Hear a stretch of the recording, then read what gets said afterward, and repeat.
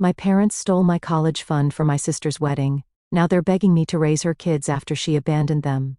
Hey guys, I'm Mel, a 28-year-old female, and I need to get this off my chest.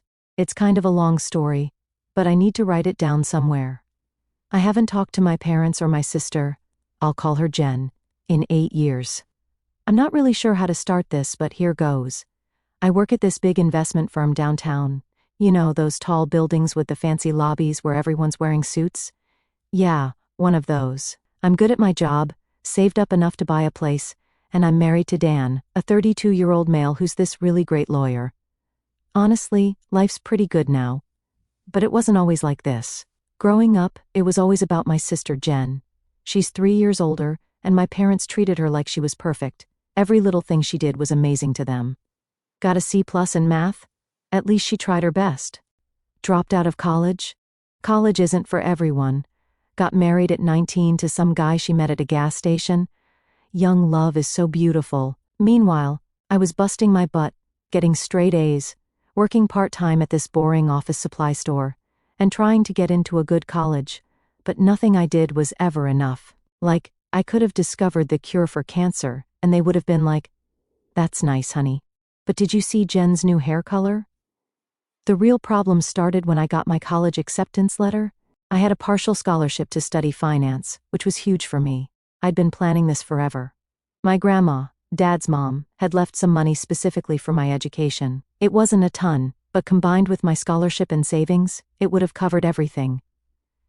I remember running home that day, thinking maybe, just maybe, they'd finally be proud of me. I found my mom sitting on the couch, scrolling through her phone like always. Dad was in his usual chair watching TV. "Mom, Dad, I got in." I showed them the letter. Mom barely looked up. "That's nice, honey." Then she said, "So, can we talk about the college fund? You know, Grandma's money?" That's when Dad turned off the TV. Never a good sign. About that, he started doing that thing where he wouldn't look at me. We had to use that money for something else. I felt like someone had dumped ice water on me. "What do you mean?" "Well," he said, "Jen's wedding is coming up, and you know how expensive weddings are." I just stood there, trying to process what I was hearing. They'd taken my college fund, the money my grandma left specifically for my education, and spent it on Jen's third wedding. Yeah, you read that right, third. She'd already had 2 failed marriages by 23. I lost it, started yelling about how unfair it was, how they always picked Jen over me. Mom got defensive, saying I was being selfish and should be happy for my sister. Dad just sat there, looking uncomfortable, like he always did when there was conflict. That night, I packed my bags and left, only taking what could fit in my car.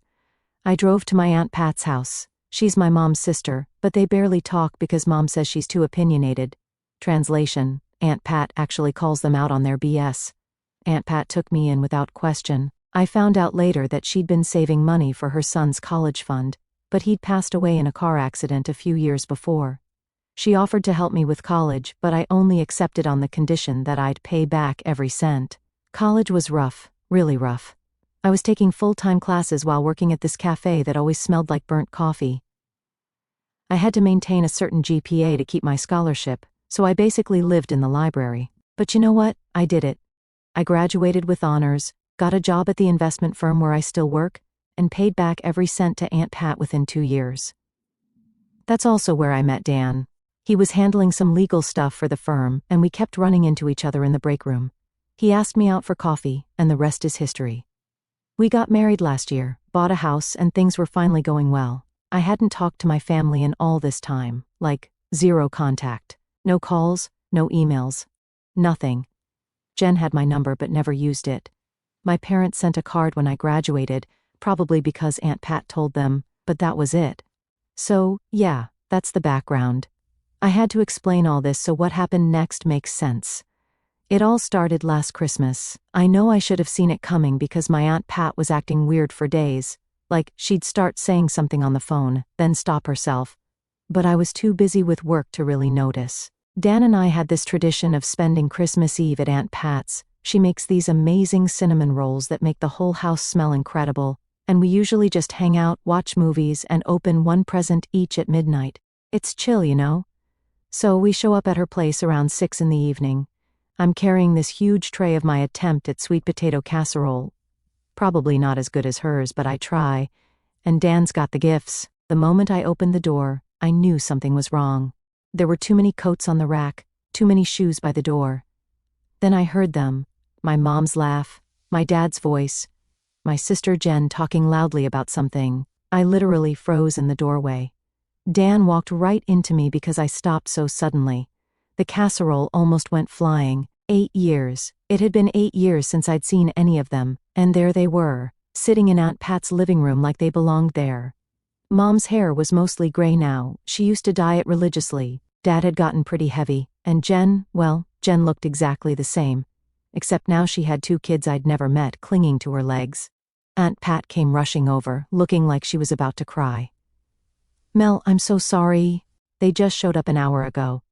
I tried to call, but your phone went straight to voicemail. My phone was in my bag on silent because of work stuff. Great timing, right?" I couldn't move, physically couldn't make my feet work. Dan put his hand on my back and whispered, "We can leave if you want." But before I could answer, my mom spotted me. "Mel, sweetheart." She came rushing over, like we'd seen each other yesterday, tried to hug me and everything. I stepped back so fast I bumped into Dan again. "What are you doing here?" My voice came out weird, too high. "It's Christmas," Mom said, like that explained everything. Family should be together on Christmas. Dad was still sitting in his chair, doing that awkward half-wave thing. Jen was busy with her kids, but I could see her watching me. The kids, God, I didn't even know their names then, looked confused. The older one, a boy around 7, whispered something to Jen, probably asking who I was. I went straight to the kitchen, needed to put down the casserole before I dropped it, needed to breathe. The kitchen had always been my safe space at Aunt Pat's house. I'd spent so many hours here, doing homework or helping her bake. Dan followed me in. He's good like that, always knows when I need backup. "You okay?" I shook my head, not trusting myself to speak. Aunt Pat came in, looking miserable. They showed up saying they wanted to make things right. I told them it wasn't a good idea to surprise you like this, but you know your mother. Yeah, I did know my mother, queen of doing whatever she wanted and dealing with the consequences later. I could hear the kids playing in the living room now. Someone had turned on Christmas music. It all felt so wrong, like I'd walked into some parallel universe where the last 8 years hadn't happened. "Should we go?" Dan asked again. He was already reaching for his car keys. I almost said yes. Really wanted to say yes. But then I looked at Aunt Pat's face. She'd decorated everything so nicely, made all this food, and now she was caught in the middle of this mess. "No," I said finally. "This is our tradition. I'm not letting them ruin it." Dan nodded. "He gets me, you know." Aunt Pat squeezed my hand. "Just give me a minute," I said, heading for the back door. I needed some air. It was freezing outside. I hadn't grabbed my coat, but the cold felt good. Helped clear my head. I could see through the kitchen window, everyone moving around inside, looking so normal, like a regular family on Christmas Eve. That's when my mom came out. Didn't even bring a coat for me, typical. "You're going to catch a cold," she said, like she'd been saying that to me every day for the past 8 years, like she had any right to act like my mother now. I had so many questions. Why now? Why like this? Why not call first? But what came out was, "Why are you really here?" Well, she started doing that thing where she takes forever to get to the point. "It's about Jen." Of course it was about Jen. When wasn't it about Jen? What about her? She's going through some changes. I waited. Mom always does this. Talks in circles until someone makes her get to the point. Finally she said, "Jen's getting divorced again." I just stared at her like, was that supposed to be news? Jen getting divorced was like the sun rising, happened pretty regularly. "And?" I said. "She needs some time to rebuild her life, to find herself." Something in her tone made me nervous. What does that have to do with me? That's when Dad came out. Still no coat for me, by the way. He had this look on his face, the same one he had when he told me they'd spent my college fund. "Mel," he said, trying to sound all businesslike, "you've done well for yourself. Good job, nice house, stable marriage." I didn't like where this was going at all. I thought they came to apologize or feel some regret. But no, even after all these years, they still wanted to use me to help Jen. We were thinking. Mom jumped in. Maybe you could take Ben and Lisa for a while. I legit thought I'd heard wrong. Take them? Just until Jen gets back on her feet, Dad added quickly. She needs time to sort things out, find a new place, maybe go back to school. I stood there, trying to process what they were saying. They wanted me, who they hadn't spoken to in 8 years, to take custody of Jen's kids. Are you serious right now? It makes perfect sense, Mom said, like she was suggesting I water her plants while she was on vacation. You've got that big house. Dan's got a good job, and you work from home sometimes. I work from home, like, twice a month. The kids would have stability, structure, and Jen really needs this chance to what? I interrupted. Party? Find husband number 4?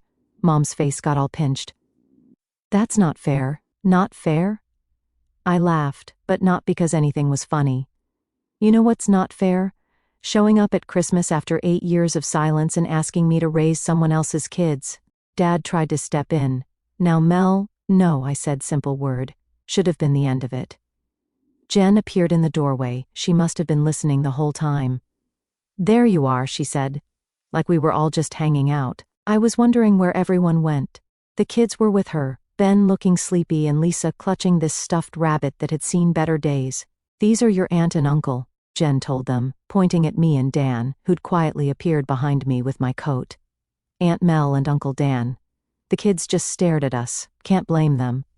Ben's 7, Lisa's 5, Jen continued. Like she was introducing her pets or something. They're really good kids, super independent. Ben can even make his own breakfast. The way she said it, like that was a selling point, made my stomach hurt. A 7-year-old shouldn't have to make his own breakfast. Dan spoke up for the first time. This seems like something that needs more discussion, maybe not on Christmas Eve. Bless him for trying to be diplomatic, but Jen wasn't having it. What's there to discuss? You guys have everything, big house, good jobs, no kids. It's perfect. I just need like 6 months, maybe a year tops. A year? I couldn't believe what I was hearing. Well, yeah, I've got to get my life together, you know, maybe travel a bit, figure out what I want. What about their dad? I asked. Jen waved her hand dismissively. Oh, he's useless. Probably in Vegas or something. I had to ask which one, dad number 1, 2, or 3? Mom gasped, Mel. But Jen just laughed. Number 2, number 1 moved to Canada, and number 3, well, that marriage got annulled, so he doesn't count. I couldn't deal with this, turned to go inside, but Jen grabbed my arm. Come on, sis, help me out here. I need this, I'm suffocating. I looked at her hand on my arm, looked at the kids, looked at my parents, who were watching this whole thing like it was going to work out just the way they planned. No, I said, one simple word, should have been the end of it. After that disaster of a Christmas Eve, I thought things would calm down, like maybe they'd get the message and leave us alone. Yeah, I was wrong. Jen started showing up at our house. At first it was just random visits with the kids. She'd bring them over, saying stuff like, they should get to know their aunt and uncle. I felt bad for Ben and Lisa, so I'd let them in. They're actually sweet kids when Jen isn't around. But then, the visits got weird. She started coming alone, always when she knew Dan would be working from home. I didn't think much of it at first. Dan works from home on Tuesdays and Thursdays, and I'm usually at the office those days. It was our neighbor who first said something. She's this older lady who lives next door and basically sees everything that happens on our street. She caught me getting my mail one day and was like, your sister sure dresses up to visit your husband. I was confused. What do you mean? Oh, you know, always wearing those little dresses when she comes by, even in this cold, and she stays for hours sometimes. That's when things clicked. All those times Jen just happened to stop by when Dan was home alone, always needing his legal advice about her divorce. I asked Dan about it that night. He looked really uncomfortable, which isn't like him at all. I was going to tell you, he said. It's been getting inappropriate. Turns out, Jen had been hardcore flirting with him for weeks. She'd show up in these tiny outfits, always finding excuses to lean over his desk or touch his arm. Dan kept trying to be professional because, 1, he's a decent human being, and 2, she's technically his client for the custody stuff we're dealing with. But the last straw? She literally told him, and I quote, you know, if you ever get tired of the boring version, you could always upgrade to the fun sister. The boring version, she meant me. My own sister called me boring while hitting on my husband. Dan shut it down immediately. told her she needed to find different legal representation and that she wasn't welcome at our house anymore when I wasn't home. I was furious, called Jen right away. She picked up, all cheerful, like nothing was wrong. "Hey sis, I was just thinking about stopping by tomorrow. Stay away from my husband," I said. She laughed, actually laughed. "Oh come on, we were just having fun. Dan's been so helpful with all this legal stuff." "Jen, I swear to God, you're overreacting. Besides, it's not my fault if Dan finds me attractive. I mean, we all know I was always the pretty one." I hung up. I called my parents because surely they'd see how messed up this was. Mom's response? "You know how Jen gets when she's stressed. Maybe if you'd agreed to take the kids, she wouldn't be acting out like this. I can't even make this stuff up." Dan suggested we install security cameras, said we might need evidence of her behavior for what he thinks is coming. He's dealt with enough custody cases to recognize the signs.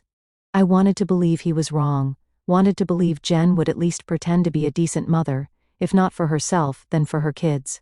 But Dan was right. The next morning we woke up to the doorbell ringing over and over. Something felt wrong. I got up, pulled open the curtains, and there they were, Jen's kids. Ben and Lisa. Sitting on our front steps.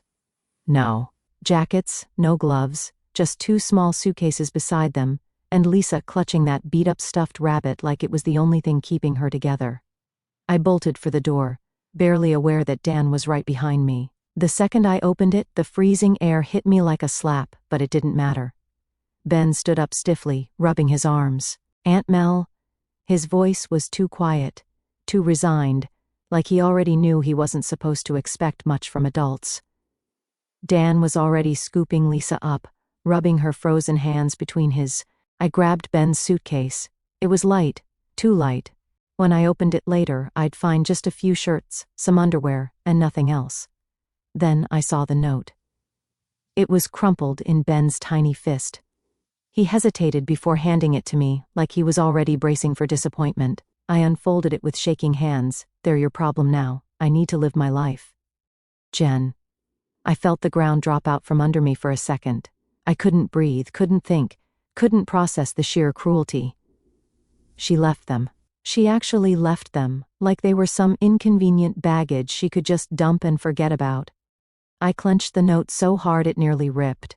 I was shaking with rage, with disbelief, with something so raw I couldn't even name it. Dan's voice was tight with barely contained fury. "Get them inside now." I scooped up Ben, even though he was too big to carry, and slammed the door shut behind us. Jen was gone, and she wasn't coming back. Dan went into full lawyer mode. He's usually pretty laid back, but I've never seen him so angry. He got the kids inside while I grabbed their suitcases.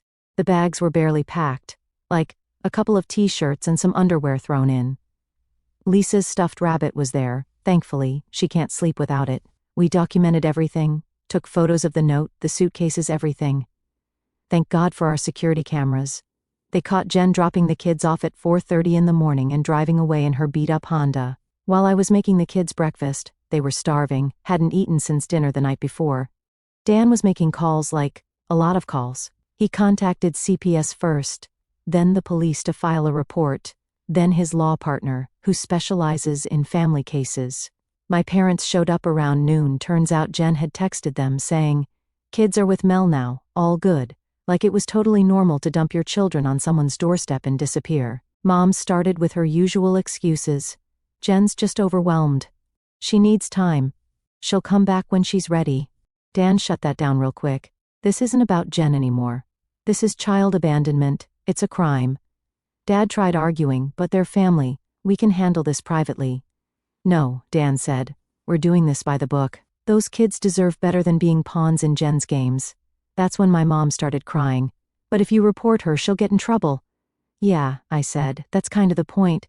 The kids were watching TV in the other room, but I know they could hear everything." Ben kept looking over at us with this worried expression. He's way too used to adult problems for a 7-year-old. CPS showed up around 2 in the afternoon. They interviewed all of us, took pictures, checked the house. The social worker was really nice. She talked to Ben and Lisa alone for a bit. When she came out, she looked seriously concerned. Turns out, this isn't the first time Jen's pulled something like this. She's left them with random friends before, sometimes for days. Ben's been taking care of Lisa since he was 6. He makes her breakfast, helps her dress, makes sure she brushes her teeth. No kid should have to be a parent to their sibling. We tried tracking Jen down, called everyone we could think of. Finally, one of her friends cracked and told us Jen had bought a plane ticket to Las Vegas. She's apparently moving in with some guy she met online gaming. She didn't even tell her kids goodbye. Dan filed for emergency temporary custody.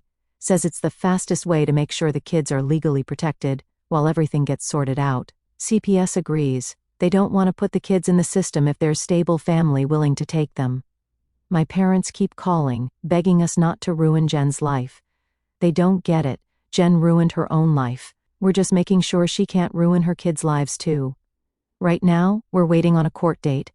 The kids are staying with us until then.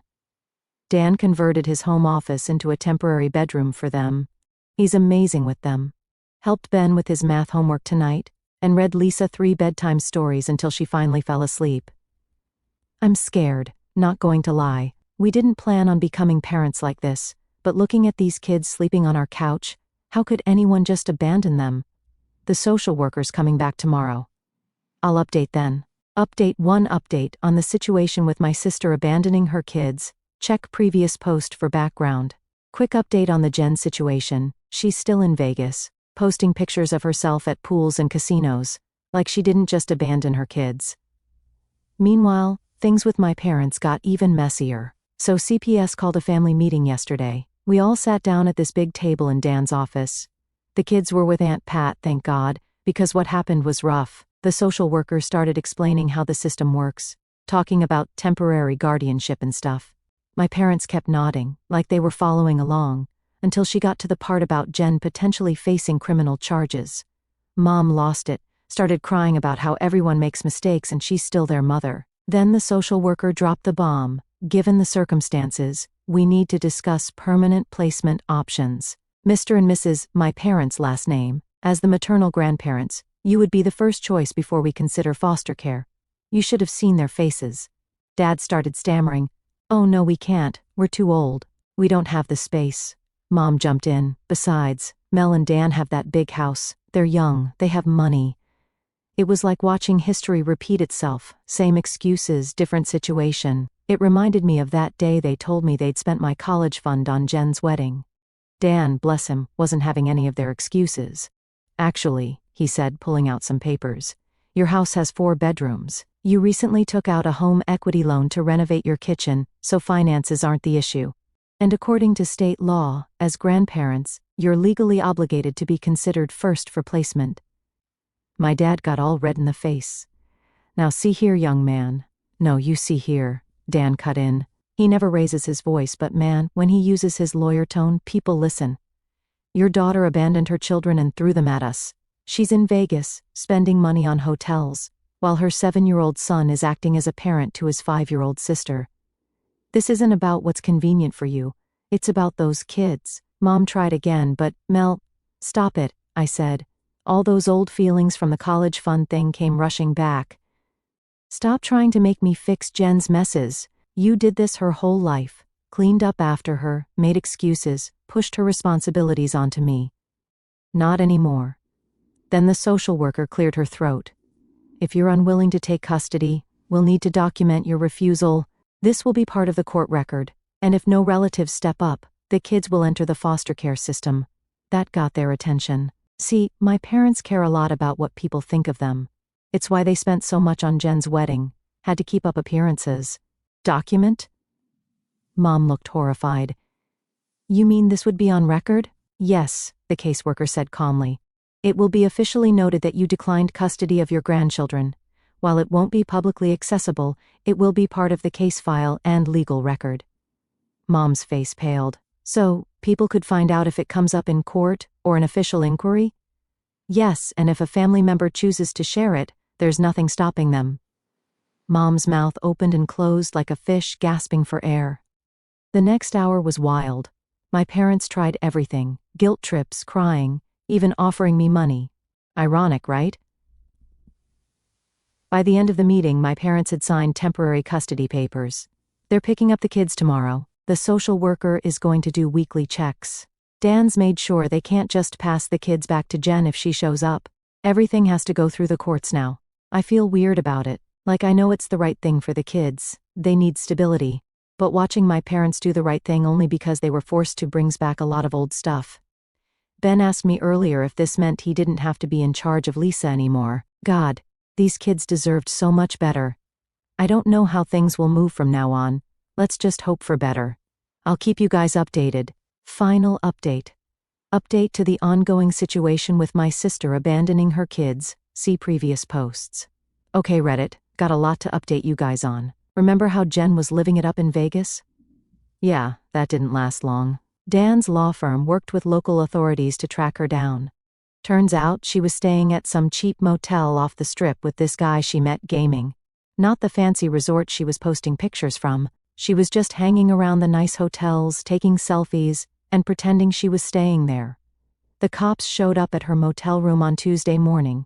According to the report, she tried saying she was just taking a vacation, and the kids were perfectly fine with their sister. The officers weren't impressed. They brought her back yesterday. Not going to lie, seeing her in handcuffs was weird.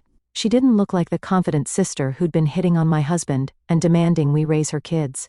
She looked small, scared. The charges are pretty serious: child abandonment, child neglect from before she left them with us, child endangerment, some other legal stuff I don't fully understand. But Dan says are bad. The DA's office interviewed Ben and Lisa last week. They're doing this thing called a forensic interview where they talk to kids about abuse or neglect.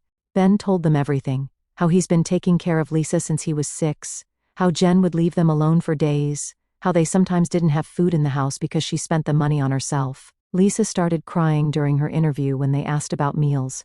Said she was scared they'd have to go hungry again. I had to leave the room. My parents are freaking out. They keep trying to get Dan to make this go away. He flat out refused. Told them if they try to interfere with the legal process, they could lose custody of the kids too. Mom tried the whole "but she's mentally ill" excuse. Yeah, no, Jen's not mentally ill. She's just selfish. Always has been. They're doing a psych eval anyway, as part of the case. But Dan says it's standard procedure. The gaming guy from Vegas? Turns out he had no idea Jen even had kids. She told him she was this rich single girl looking for adventure. He actually contacted Dan's office when he found out the truth, wanting to help with the case. Sent screenshots of all their conversations where she bragged about having no responsibilities and being totally free. Jen's not talking to any of us now. Her court-appointed lawyer told her to stay quiet, but she did send me this long text last night. You happy now? You finally got everyone to notice you instead of me. Bet you planned this whole thing. You were always jealous that Mom and Dad loved me more. Well, congrats. Hope you're satisfied now that you've ruined my life. I didn't respond. What's there to say? She abandoned her kids on my doorstep in the middle of winter. She did this to herself.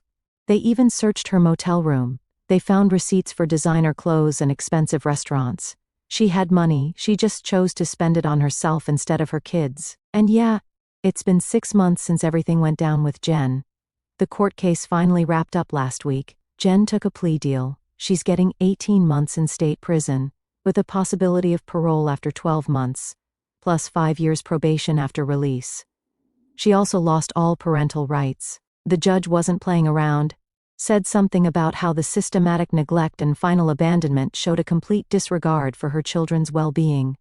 My parents actually got their act together, which honestly surprised everyone. I think finally seeing all the evidence in court, hearing what Ben and Lisa had been through, it changed something. Mom actually stood up in court and said Jen needed to face consequences. Never thought I'd see that happen. The kids are doing better. Like, actually better. Not just putting on a brave face. They're still living with my parents, but there's been a complete change in how things work. My parents had to take parenting classes as part of the custody agreement.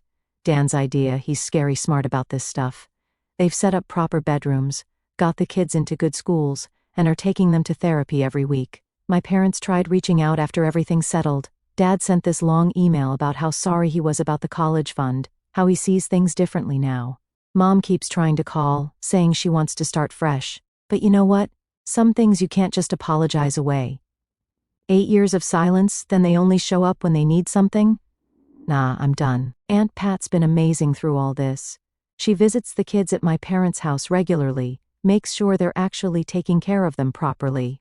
The kids adore her. They call her Grandma Pat, which honestly feels more right than my parents being grandparents. Jen's in prison, where she belongs. She sent me this dramatic letter full of excuses and self-pity, talking about how prison changed her and how she sees everything differently now. Not one word asking about her kids. Classic Jen. It's still all about her. That letter went straight in the trash. Dan and I see the kids every other weekend, but not at my parents' house. We pick them up and take them out. Movies, parks, normal aunt and uncle stuff. Ben asked me last week if I was mad at my parents. I told him the truth, that grown-ups sometimes have complicated feelings about each other. But that doesn't change how much we love him and Lisa. People keep asking if I'll ever forgive my parents or Jen. Honestly, some things you can't come back from. Yeah, they're taking care of the kids now, but only because they were forced to. They haven't changed, they just ran out of options. So, here we are. The kids are safe, they have stability, even if it's not the perfect situation. As for my parents, we keep it strictly about the kids, no personal conversations, no unnecessary drama. Sometimes distance is the healthiest choice. And as for me, well, life moves forward. Oh, and I found out that I'm pregnant. And Dan is over the moon.